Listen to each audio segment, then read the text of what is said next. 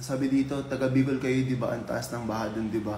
So, kamusta na kayo ngayon? Guys, sa mga hindi nakakaalam, taga Bicol po kami. Opo, affected po kami sa bagyong Christine. Opo, oh my God. Tsaka guys, alam niyo ba, yung baha dun, lagpas tao. Tapos, lahat ng gamit, sira. As in, hindi ko kasi guys, wala pa kami masyadong upload ngayon kasi nga, opo, binagyo din kami. And papakita ko dyan sa screen yung nangyari po sa apartment na pinagre-rentahan po namin. And pati yung Kabasi House na damay po, opo, di ba? Yung first floor guys, na baha.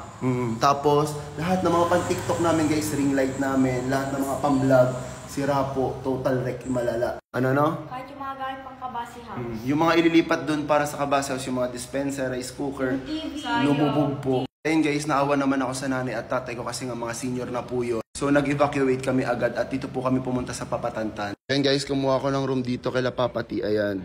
Yan, yung mga rice cooker na yan, bago yan. Yung mga initan, bago yan. Kasi naawa din ako kay nanay kasi matatanda na yun. Ibig may pahinga sila mama ngayong vacation. Wala talaga ba eh.